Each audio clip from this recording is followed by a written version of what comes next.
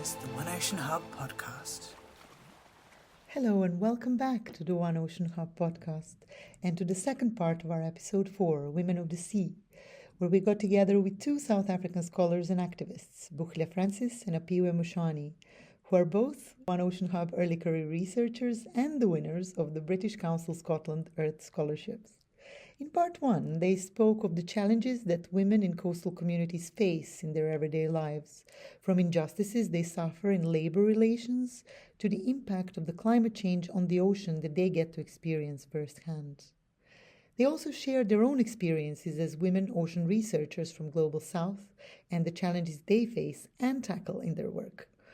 And we also focused on some of Buhle's and Aphiwe's new exciting work, Aphiwe's PhD research on gender and blue economy, and Buhle's research that she undertook with women seaweed harvesters from Eastern Cape in South Africa as her co-researchers. So this was participatory research that they undertook together. And before we dive into part 2, have a listen to some highlights from part 1. So I want to be very responsible with how I respond to questions of the blue economy, and also speaking about gender in particular. But just roughly, I would say the blue economy is sort of a concept that is within the umbrella of sustainable development. And I think sustainable development is a buzzword that we've heard within the sort of environmental sciences or across disciplines. I think you both will agree post its inception. And I think the blue economy in particular, along with similar concepts like the green economy, are sort of, I guess, the child of sustainable development and are seen as the very practical initiatives or the practical ways that we can achieve sustainability within our lifetime. And by that, I mean the economic development that does not compromise human needs and societal needs more broadly. The blue economy in particular seeks to carry forward this initiative or this idea of sustainability within the ocean environment. So it's defined pretty similarly in that it's an initiative that seeks to realize economic development goals without compromising our goals to conserve the ocean environment and the needs of society more broadly. And so the contention of it that is quite clear comes from this idea of trying to realize these very contentious goals that often have been conflicting and impossible to marry within the context or the lens, rather, of perceiving development in a very narrow, once again, neoliberal perspective, because development does not necessarily mean economic expansion. And I think for a long time, economic growth has been used as a proxy to development, which I think is highly problematized in literature. Others would call it an interventionist kind of research. Others would call it an action research. Others will call it, but mainly, what are you going to do? My question is, okay, I've listened, heard, and seen, then what? Do I leave it like that, publish a paper, get an award, get as many publications as I can? What does it mean to the community? So in this case, together with the women, we want to see justice. We want to see intervention. Listening to the both of you, it's just so important to bring up these conversations about ethics and values within research, right? Particularly community-based research. And I think, yes, we see that these issues are a local manifestation, but we know that these are simply a manifestation of what occurs structurally and in broader society. And so these challenges may be local, but research and literature will support the fact that these are sort of, it's a trickle-down effect of what happens globally and internationally. And so, yeah, I really think that that's something that academics need to think very honestly and candidly about, as you mentioned, Buhle, and thinking about the kind of very tangible outputs that research can provide locally. So as your project does with the sewing especially. Thank you so much for that fantastic answer and for the nuggets of wisdom that you gave us about this, and for presenting us the story that's not easy one bit, but that makes us thinking about what are these words that are thrown around, such as sustainability, such as equality, such as rights, the ability to exercise them, or the beautifully written words in the paper that we all hope to uphold, but somehow they don't get upheld and enjoyed by the people who they refer to, and how the coastal communities, who should be in the heart of decision making and who should be in the heart of knowledge production or co-production, oftentimes fall off the grid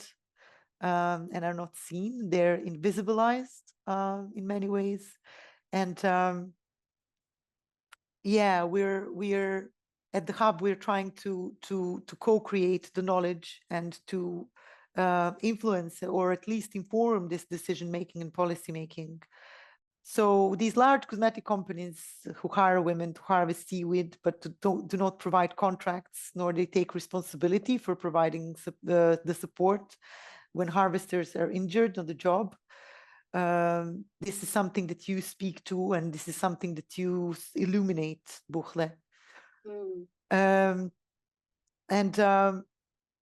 Some of this research and some of this activities that you engaged with these women informed and linked to one of the publications that came out recently that you co-authored, Buhle, with Dylan McGarry, and the edited collection is entitled Hydrofeminist Thinking with Oceans, Political and Scholarly Possibilities, and it recently came out, and it's really exciting. And I read through it and I really, really enjoyed it. It's about 5 women from Xhosa Ocean Elders, so grandmothers of the sea again. Also, can you help me pronounce Xhosa? It's all about the click. It's all about the click. Yeah. I'm not very good at saying this. I can roll the r, but I can't do good speaking in Xhosa.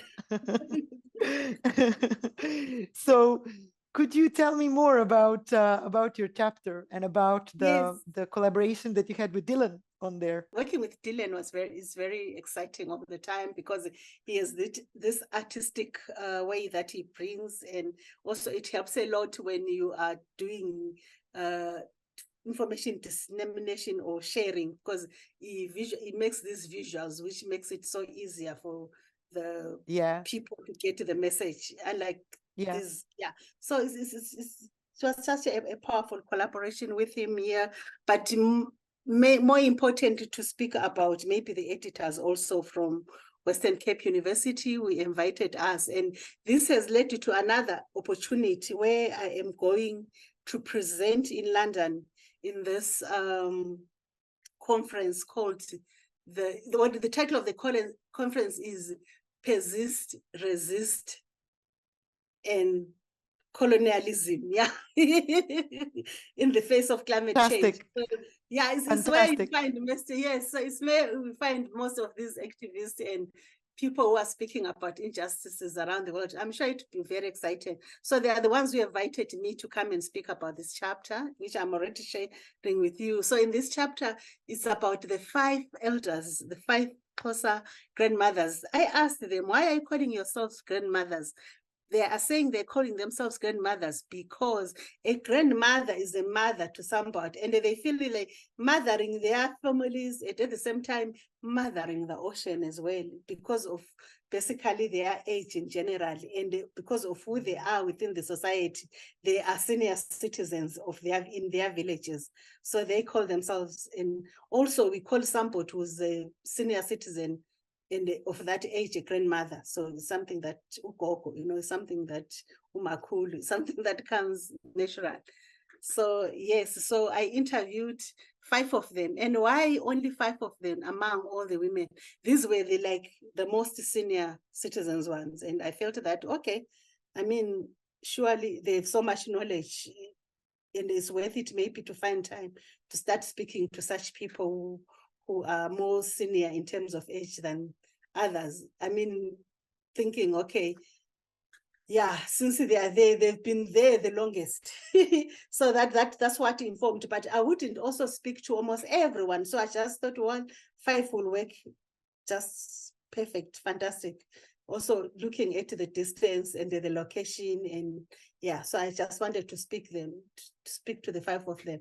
And each one of them has a different relationship, which is almost similar, but very different and unique in a small way with the ocean. So this is what the first thing I want to highlight. And the first things they highlight in the chapter is their gender norms as they were growing up, were already going to the ocean. They were taken by their mothers, not by their fathers. So the mothers introduced them to the ocean, like as they were young, though they were born there. There's a certain age when you start to notice a difference, maybe as young as 4 years, 5 years. Then that's when you accompany your mother to go and pick up the mussels, to go and pick up maybe seaweed. So this is how the chapter begins, where they recall how it was then and how it is now, and what has changed over time, and what is not working now, and what worked. So then you explored and portrayed what happened after they made this embodied habitual bond with the ocean, and after they established this embodied knowledge of it, knowledge that they just had just by being on the coast, because they were brought there by their mothers and their grandmothers and their elders. And then you wrote about what happened after that direct relationship, that they had got intercepted by the governments and by the industries and by the companies, right? Yeah, and how their relationship with the ocean and their knowledge that developed got sidelined. And with that, they got excluded from decision making, which kind of continued without their involvement. And all the laws that have come now to suppress them and oppress them, and the laws which they are told. One interesting thing, sorry, I don't mean to be jumping. One interesting thing which they speak more about, for example, one of the grandmothers speaks about permits and other things. It says, what is interesting is when the government has something which they want us to be aware of, like, for example, don't harvest here, things like MPs, don't go there to harvest, don't go there. They are able to send the message to everyone. It's very interesting. But when it's something which affects them, and when they want to contribute, there's no communication. There's literally that gap, and they can't be reached. And for example, when there are important programs which are taking place, all of a sudden the government will be incapacitated to reach them. But when it comes to things like all the things which evolve about don't do this, don't do that, the government is able to reach them. So those are some of the things which they highlight in the chapter. But more importantly, they bring out the knowledge that they have about the ocean, where they speak about not using a GPS to locate which type of fish is where, because they naturally know where you can find certain species, when, in which season, and how. So I found that very interesting, especially if you look at how science have evolved now, where sometimes you need to call a certain species for you to monitor. They don't need that because they have that knowledge already. And I feel like we're losing out for not tapping to such knowledge, because I feel like this knowledge could be put together, it will be so helpful. And then they speak about, actually, I must also mention that when the conversation took place, when I interviewed them, it was the time when the government was rolling out a lot of things, a lot of programs which were done online because of COVID. We had what we call OEM, Oceans Economic Master Plan, which the government was just putting out there to people to comment, but it was done on Zoom. So none of them would attend Zoom they didn't even know that it was happening. It was time also when most of the MPAs were being like Amatole MPA was being introduced. they were not even aware of it because also it was happening online. And the things were happening online also because of COVID. Remember, we had just come out of COVID. It was not even post-COVID, but we were in a level where you would still not be able to visit the communities. And so most things were done online. But then still there was a window where I felt like the government had an opportunity to consult physically in those meetings. When the government tried to do that, the meetings were sort of like a disaster because the time was very short. There were no translators, the PowerPoints, boring PowerPoints. Most people didn't even attend those meetings. So to them, it was like they remained excluded. So they speak about that. Their struggle to be consulted, their struggle of not participating in any decision making, in especially in things that affect them. For example, there's also been oil and gas that has been happening around the coastline, and most of the consultants were not able to reach out to them. And yeah, so they also speak about things like that, that look, we have not been consulted. Sometimes we hear from people that there's been such a program, but we have not been part of it. Whereas we are the people that live here, and the ocean is actually ours because we are the ones that are looking after it. And it speaks to us, we listen to it, and we know what it means. Those waves are just not only waves to you, they could be waves, but to us, they mean something.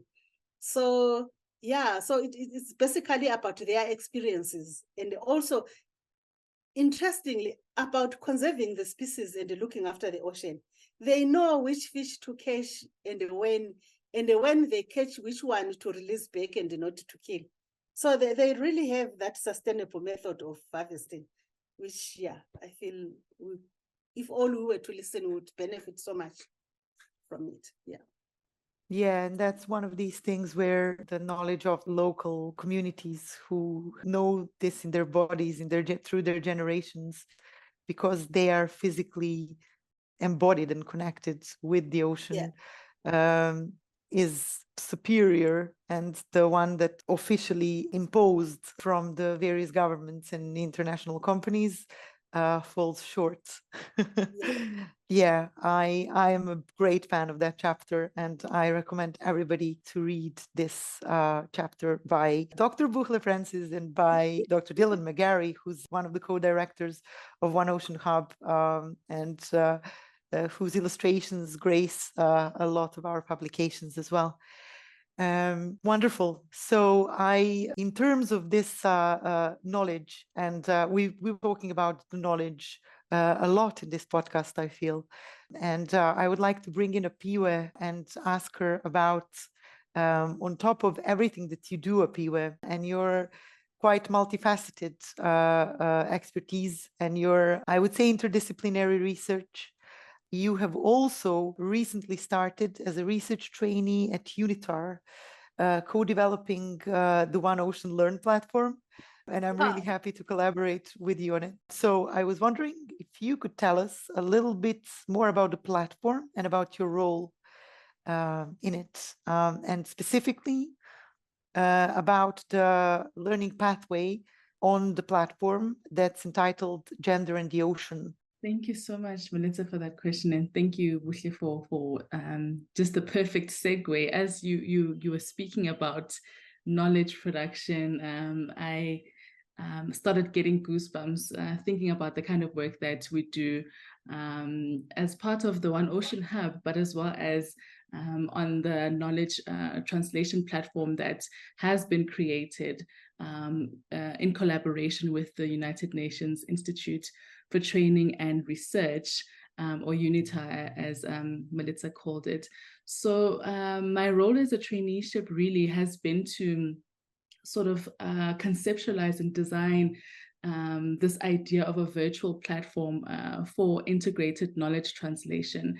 So as we've sort of highlighted the significance of knowledge, and not only knowledge in the sense of academic information, but of course, according to the ethos of the One Ocean Hub, which is to really center the stories of local communities and people who have lived experiences. And really the ethos of the One Ocean Learn is to sort of hold this incredible knowledge that's been collected and put together by a number of individuals, organizations, including hub researchers in particular. But really the objective was to make accessible these this different way of knowing the ocean, particularly because of the kind of work that the One Ocean Hub does, films that the One Ocean Hub has put together in collaboration with local artists and local young people who engage the ocean in the East Coast in particular. It ranges from academic papers that researchers of the One Ocean Hub have put together, blog posts to sort of make accessible this information that would otherwise be sitting in an academic database that's inaccessible. And I think that's one of the most unfortunate things about academia, is the inaccessibility of the knowledge that we produce and the knowledge and the information the discourse rather, that we sort of all engage in. And I think what makes these academic sources useful is their accessibility. And so what the One Ocean Learn does is to serve as this knowledge platform where one can find all kinds of resources about ocean governance that range from children's rights within the ocean environment and to gender in the ocean, as Milica highlighted. And I think, coming on board as a person who's supporting the conceptualization and design of this virtual platform has really been such a treat, as well as supporting the content and production that Milica is actually putting together in using art-based tools to inform ocean governance as part of the United Nations Climate Change Learning Partnership, or UNCC Learn. And so one of these learning initiatives within the One Ocean Learn are called learning pathways.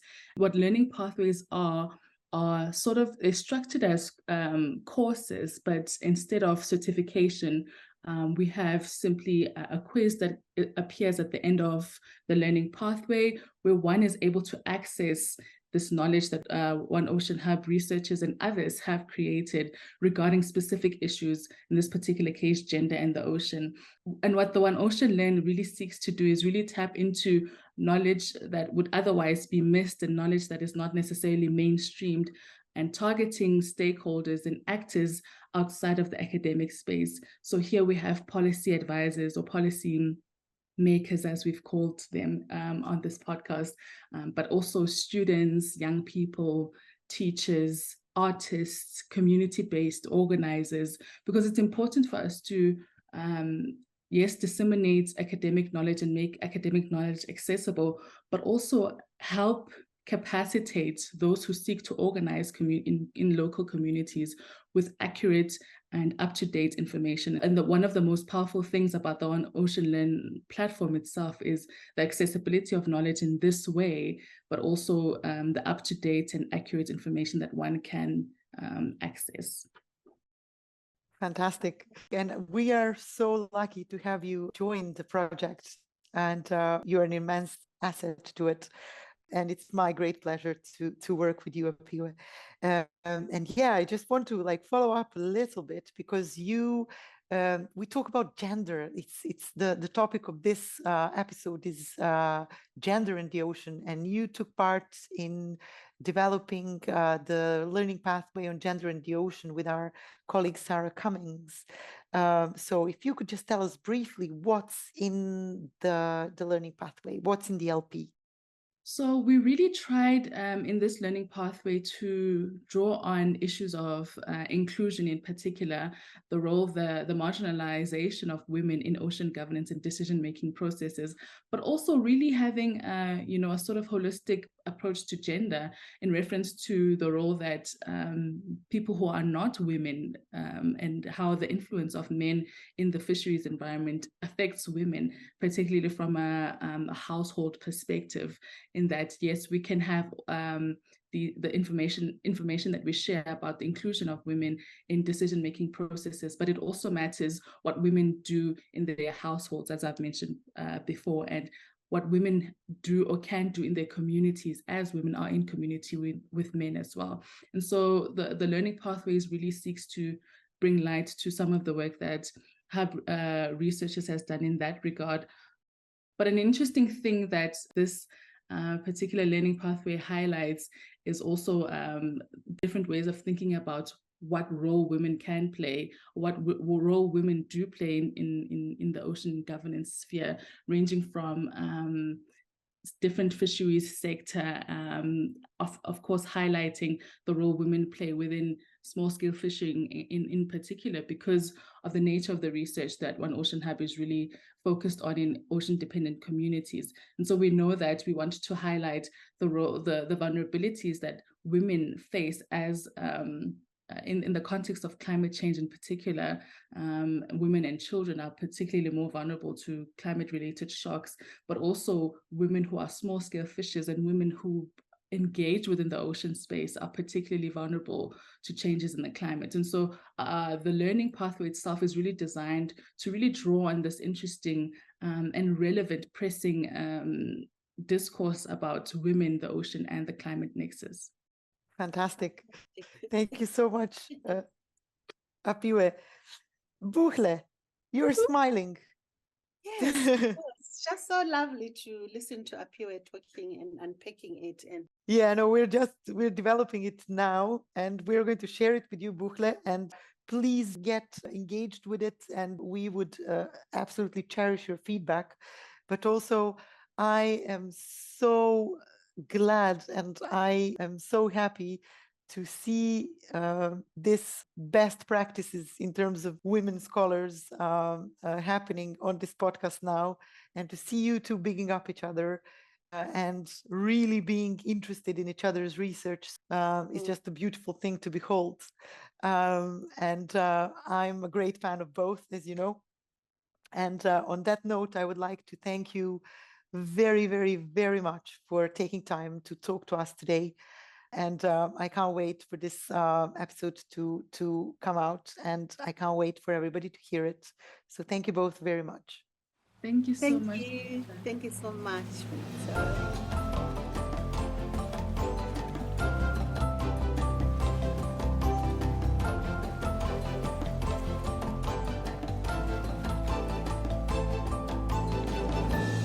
This is the One Ocean Hub podcast.